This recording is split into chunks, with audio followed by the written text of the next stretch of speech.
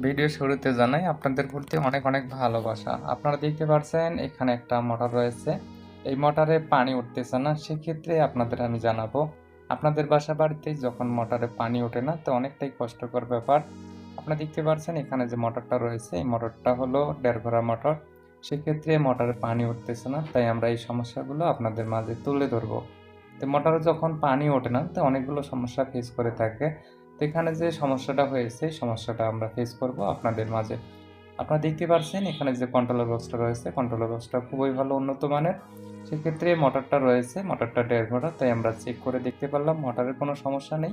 এখানে যে কন্ট্রোলার বক্সটা, কন্ট্রোলার বক্সে কোনো সমস্যা নেই, তারপরও পানি উঠতেছে না।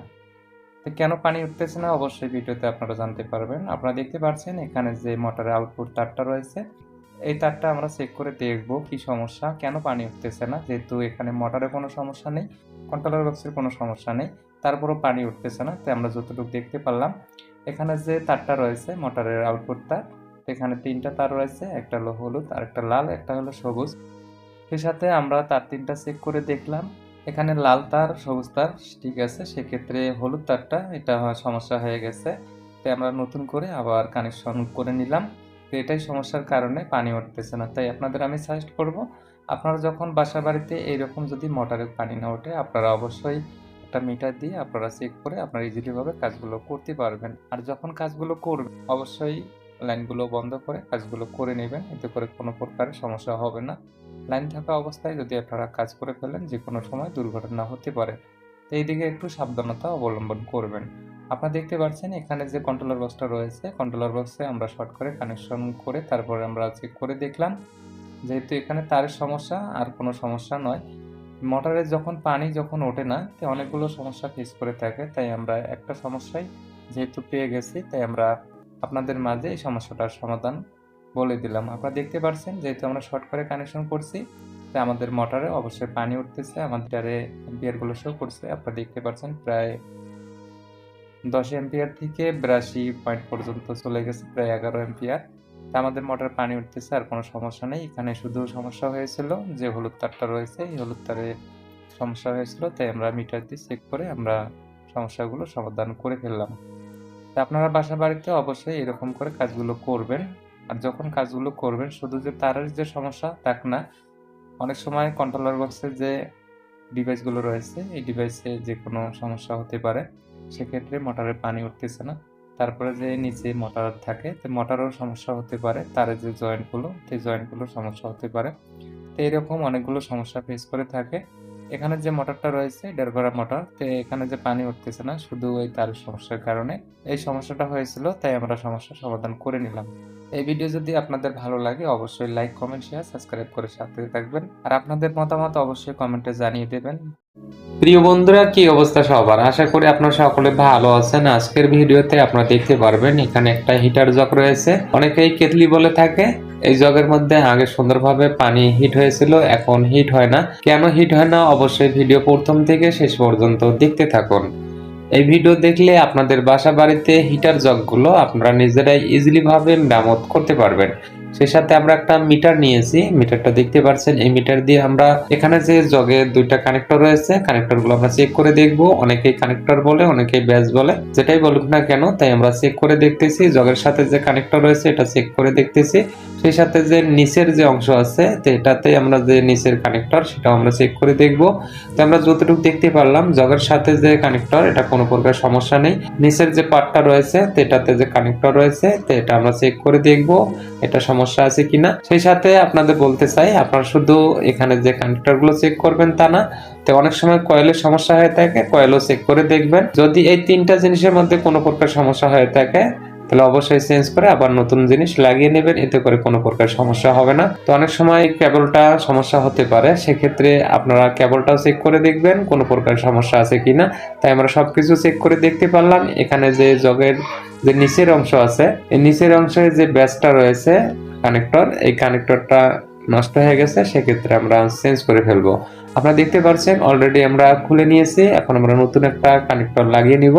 এই ভিডিও যদি আপনাদের ভালো লাগে অবশ্যই লাইক, কমেন্ট, শেয়ার, সাবস্ক্রাইব করে সাথে থাকবেন এরকম ভিডিও পাওয়ার জন্য। দেখতে পাচ্ছেন অলরেডি আমরা মিটার দিয়ে সুন্দরভাবে চেক করে নিলাম। যেহেতু নতুন জিনিস হলে হবে না, তারপরেও চেক করে নিলাম, কোনো প্রকার সমস্যা নেই। তো এখন আমরা সুন্দরভাবে কানেকশনগুলো করে নিব। যেহেতু নিচের অংশ যে কানেক্টর রয়েছে, এখানে 3টে পিন রয়েছে। 3টা পিনে একটা হলো নিউট্রাল, একটা হলো ফেজ আর একটা হলো আর্থিং।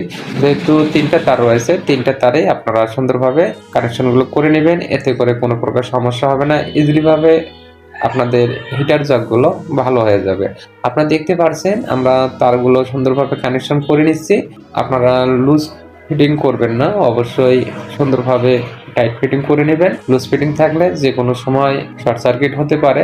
আর যখন আপনারা জগের মধ্যে পানি ইউজ করবেন, ভরপুরভাবে ইউজ করবেন না, অবশ্যই একটু খালি রেখে আপনারা পানিগুলো হিট করবেন, কারেন্টে দিবেন। অবশ্যই ন্যাকড়া দিয়ে জগটা মুছে তারপরে আপনারা এইভাবে ইউজ করবেন।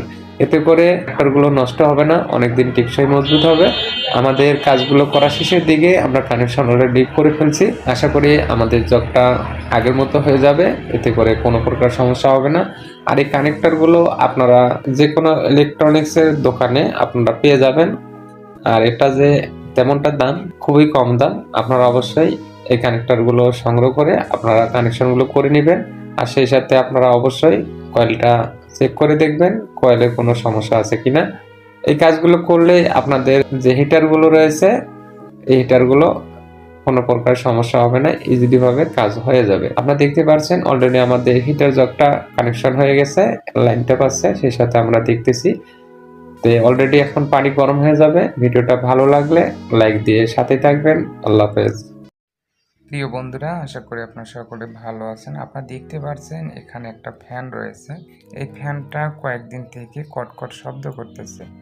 কেন কটকট শব্দ করতেছে অবশ্যই ভিডিও প্রথম থেকে শেষ পর্যন্ত দেখতে থাকুন। আপনাদের বাসা বাড়িতে এরকম যদি ফ্যান কটকট শব্দ করে, খুবই একটা বিরক্তকর, এক্ষেত্রে আমি বলবো আপনারা নিজেরাই এই কাজগুলো করতে পারবেন। আপনারা দেখতে পাচ্ছেন এখানে যে ফ্যানটা রয়েছে, এই ফ্যানটা যেহেতু শব্দ করছে, এক্ষেত্রে আমরা ক্যাপাসিটরটা কানেকশনগুলো খুলে নিলাম। এরপরে আমরা সুন্দর করে কানেকশনের যে তারগুলো আমরা বের করে নিব।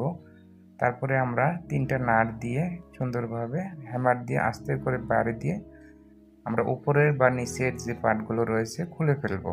আপনারা যখন এই পার্টগুলো খুলবেন অবশ্যই আস্তে ধীরে বাড়িটা দিবেন। বেশি জোরে বাড়ি দেওয়া যাবে না, যেহেতু ভাঙতে পারে, সেক্ষেত্রে একটু সতর্কতা অবলম্বন করতে হবে। সেই সাথে আমি স্ক্রুগুলো খুলে নিচ্ছি, আপনারা দেখতে পাচ্ছেন। এরপরে আমি 3টা নাট প্রবেশ করব। অলরেডি একটা নাট প্রবেশ করছি, তো আপনারা এইভাবে নাটগুলো প্রবেশ করবেন। আপনারা দেখতে পাচ্ছেন অলরেডি আমার নাটগুলো প্রবেশ করা শেষের দিকে। এখন আমি হ্যামার দিয়ে আস্তে করে বাড়ি দেব। আস্তে করে বাড়ি দিলে নিচের যে অংশ আছে সুন্দরভাবে খুলে যাবে। তো অলরেডি আমি বাড়ি দিলাম, এখন আমার নিচের যে অংশটা আছে সেটা খুলে যাবে। আপনারা দেখতে পাচ্ছেন অলরেডি আমার ফ্যানটা খুলে গেছে। এখন আমি দেখব এখানে কি কারণে শব্দটা করতেছে। এখানে শব্দ করবে শুধু বেয়ারিংয়ের সমস্যা। বেয়ারিং সমস্যা হলেই হবে না, অনেক সময় যে ম্যাগনেটটা থাকে, তো ম্যাগনেটেরও একটু সাইড হলেই সমস্যা হতে পারে, এরকম শব্দ করতে পারে। সেক্ষেত্রে আপনারা যখন ফ্যানটা খুলবেন আস্তে ধীরে কাজগুলো করবেন, কেননা যেহেতু এখানে কয়েল বাঁধাই করা আছে। জোরে যখন বাড়ি দিবেন, বাড়ি দিলে এখানে যে ফাইবারগুলো আছে ঝরে যাবে, ঝরে গেলে বডি শর্ট হয়ে যাবে। সেক্ষেত্রে আপনারা অবশ্যই আস্তে ধীরে কাজগুলো করে নেবেন। আমার নিচের অংশ খোলা শেষের দিকে, এখন আমি উপরের অংশ খুলে নিব। সেই সাথে আমি একটা কার্ড ইউজ করছি, এই কাঠ দিয়ে আস্তে করে বাড়ি দিব, যেহেতু ফ্যানের মধ্যে কোনো প্রকারের প্রেশার না পড়ে। সেক্ষেত্রে আমার ফ্যানটা উপরের যে পার্টটা আমি খুলে ফেলছি। আপনাদের উদ্দেশ্যে একটা কথা বলতে চাই, আপনারা যখন বেয়ারিংগুলো চেঞ্জ করবেন, এর একটা সাইজ রয়েছে, যে কোনো ইলেকট্রনিক্সের দোকান থেকে বেয়ারিংগুলো সংগ্রহ করবেন। আপনারা দেখতে পাচ্ছেন এখানে কয়েলটা মোটামুটি অনেকটাই ঠিক আছে, কোনো প্রকার সমস্যা নেই। আমার হাতে যে ম্যাগনেটটা দেখতে পাচ্ছেন এটা খুলে গেছে। আর আপনারা যখন ফ্যানটা খুলবেন অবশ্যই ফ্যানটা একটু মার্ক করে নেবেন। পরবর্তীতে যখন ফ্যানটা ফিটিং করবেন ওই মার্ক অনুযায়ী ফিটিং করলে ফ্যানটা কোনো প্রকার সমস্যা হবে না, ইজিলিভাবে ফিটিং হয়ে যাবে। আপনারা দেখতে পাচ্ছেন এখানে যে কয়েলটা রয়েছে, এই কয়েলটা কোনো প্রকার সমস্যা নেই, কয়েলটা অনেকটাই ভালো আছে। সেই সাথে আমি ম্যাগনেটটা যেহেতু খুলে গেছে, ম্যাগনেটটা আমি সুন্দরভাবে কাঠ দিয়ে বসিয়ে নিব। আপনারা অন্যথায় শুধু হাতুড় দিয়ে বা হ্যামার দিয়ে বাড়ি দিবেন না, অবশ্যই কাঠ ইউজ করবেন, এতে করে অনেকটাই ভালো হবে। ফ্যানের মধ্যে কোনো প্রকারের প্রেশার পড়বে না। এই ভিডিও যদি আপনাদের ভালো লাগে অবশ্যই লাইক কমেন্ট শেয়ার করে সাথেই থাকবেন। আপনারা দেখতে পাচ্ছেন এখানে আমার ফ্যানটা খোলা শেষের দিকে, সেই সাথে আমি ম্যাগনেটটা বসিয়ে নিলাম।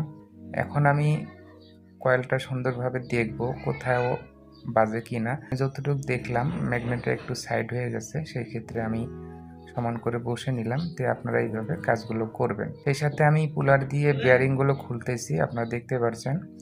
তো আমি পুলার দিয়ে বেয়ারিংগুলো খুলতেছি। আপনারা যদি বেয়ারিং খুলতে অনেকটাই কষ্টজনক হয়, আপনারা এই পুলারগুলো ইউজ করতে পারবেন। এই পুলারগুলোর দামটা তেমন বেশি না, 250 থেকে 300 350 টাকা নিতে পারে। এই পুলারগুলো দিয়ে এখানে বেয়ারিং খোলা খুবই একটা ইজিলি ব্যাপার। আমার হাতে যে বেয়ারিংটা দেখতে পাচ্ছেন, এই বেয়ারিংটা আমি চেঞ্জ করে ফেলবো, যেহেতু এখানে দুইটা বেয়ারিং ছিল, উপরের পার্টে একটা বেয়ারিং, নিচের পার্টে একটা বেয়ারিং। সেক্ষেত্রে আমি দুইটা বেয়ারিং জ্যাম হয়ে গেছে, এই কারণে কটকট শব্দ করতেছে, তাই আমি চেঞ্জ করে ফেলবো। আপনারা যখন বেয়ারিংগুলো কিনবেন অবশ্যই সাইজ দেখে নতুন বেয়ারিং কিনে নেবেন। এইভাবে আপনারা কাজগুলো করবেন, আশা করি ভালো থাকবে। প্রিয় বন্ধুরা, ভিডিও শুরুতে জানাই আপনাদের প্রতি অনেক অনেক ভালোবাসা। আপনারা দেখতে পাচ্ছেন এখানে একটা আইপিএস রয়েছে। এই আইপিএসটা অনেকবার নষ্ট হয়ে গেছে। আপনাদের বাসা বাড়িতে এইরকম যদি আইপিএস নষ্ট হয়ে যায় অনেকটাই কষ্টকর বিষয়। যে ভাই আইপিএস ক্রয় করবেন তাদের উদ্দেশ্যে আমি কিছু কথা বলতে চাই। আপনারা যখন আইপিএস ক্রয় করবেন অবশ্যই 3টা ধাপ মেনে আপনারা আইপিএস ক্রয় করবেন। আপনারা দেখতে পাচ্ছেন আমাদের হাতে যে আইপিএসটা রয়েছে এটা হলো লুমিনাস কোম্পানির। এই আইপিএসটা অনেকবার নষ্ট হয়ে গেছে। এখানে যে আইসিটা দেখা যাচ্ছে আইসিটা পুড়ে গেছে। আইপিএস এর যে ট্রান্সফরমারটা রয়েছে এটা হলো অ্যালুমিনিয়াম দিয়ে তৈরি করা। আপনারা যখন আইপিএস ক্রয় করবেন অবশ্যই ট্রান্সফরমারটা দেখবেন তামা দিয়ে করা আছে কিনা। যদি তামা দিয়ে করা থাকে সেই আইপিএসটা অবশ্যই আপনারা ক্রয় করবেন। আইপিএস যখন কিনবেন পিওর সাইন ওয়েভ যে আইপিএসটা আছে এই আইপিএসটা অবশ্যই কিনবেন। স্কোয়ার ওয়েভ যে আইপিএসটা এই আইপিএসটা ভুল করেও আপনারা কিনবেন না। আপনারা যখন আইপিএস কেনার উদ্দেশ্য করবেন অবশ্যই যে কোনো মেকানিক্সের দোকান থেকে ভালো মানের একটা আইপিএস ট্রান্সফরমার যেন তামা করা থাকে সেইভাবে একটা আইপিএস তৈরি করে নেবেন। এতে করে আপনাদের বাসা বাড়িতে অনেক টেকসই মজবুত হবে, কোনো প্রকারের সমস্যা হবে না। আপনারা দেখতে পাচ্ছেন এখানে যে আইপিএসটা রয়েছে এই আইপিএসটা যেহেতু অনেকবার নষ্ট হয়ে গেছে তারপরেও আমরা এই আইপিএসটা ভালো করব। আপনারা দেখতে পাচ্ছেন এখানে যে আইসিটা রয়েছে এই আইসিটা পুড়ে গেছে, যে ভেরিয়েবল রয়েছে ভেরিয়েবলটা পুড়ে গেছে, আমরা এই দুইটা চেঞ্জ করে দিব। এই আইপিএসটা অনেকবারই নষ্ট হয়ে গেছে, তারপর আমরা ঠিক করতেছি। তো আপনারা যখন আইপিএসগুলো ক্রয় করবেন অবশ্যই 3টা জিনিস দেখে আইপিএস ক্রয় করবেন, এতে করে আপনাদের বাসা বাড়িতে আইপিএস ইউজ করলে কোনো প্রকারের সমস্যা হবে না। আপনারা দেখতে পাচ্ছেন যেহেতু সমস্যা পেয়েছি আমরা 3টা জিনিস সমস্যার সমাধান করব, এরপরে আমাদের আইপিএস কোনো প্রকারের সমস্যা দেখা দেবে না। যেহেতু একটা জিনিস কষ্ট করে কেনা হয় অনেক টাকা দিয়ে, যখন ওই জিনিসটা নষ্ট হয়ে যায় তারপরও বারবার নষ্ট হয়। তা আপনারা যখন আইপিএস কিনবেন অবশ্যই 3টা জিনিস ভেবে তারপরে আপনারা আইপিএস কিনবেন। এতে করে আপনাদের বাসা বাড়িতে আইপিএস অনেক দিন টেকসই মজবুত হবে। এই ভিডিও যদি আপনাদের ভালো লাগে অবশ্যই লাইক কমেন্ট শেয়ার সাবস্ক্রাইব করে সাথেই থাকবেন। আপনারা দেখতে পাচ্ছেন এই আইপিএসটা যেহেতু লুমিনাস কোম্পানির, তো লুমিনাস কোম্পানির আইপিএস অনেক ক্ষেত্রেই অনেক ভালো থাকে, তারপরে মাঝে মধ্যে অনেক সময় অনেক আইপিএস অনেকটাই খারাপ হয়ে যায়। এর চাইতে আপনারা যখন আইপিএস ক্রয় করবেন ভালো মানের একটা আইপিএস তৈরি করে নেবেন। তৈরি করা আইপিএস যে কোনো সময় যদি নষ্ট হয় তারপরেও ওই পার্টসগুলো লাগাটা খুবই ইজি ব্যাপার। আর এইসব আইপিএস যখন আপনারা কিনবেন যে কোনো সময় নষ্ট হতে পারে, আর এটা নষ্ট হওয়াটাই স্বাভাবিক। নষ্ট হয়ে গেলে এর যে পার্টসপাতিগুলো তো এটা পাওয়াটা খুবই একটা কষ্টকর বিষয়। যখন আপনারা মেকানিক্সের কাছে দিবেন তো অনেক টাকা এর মজুরি চেয়ে থাকে। তো ওর চাইতে আপনারা যখন আইপিএস ক্রয় করবেন অবশ্যই উন্নত মানের একটা আইপিএস বানিয়ে নেবেন, এতে করে কোনো প্রকার সমস্যা হবে না। ভিডিওটা ভালো লাগলে লাইক দিয়ে সাথেই থাকবেন।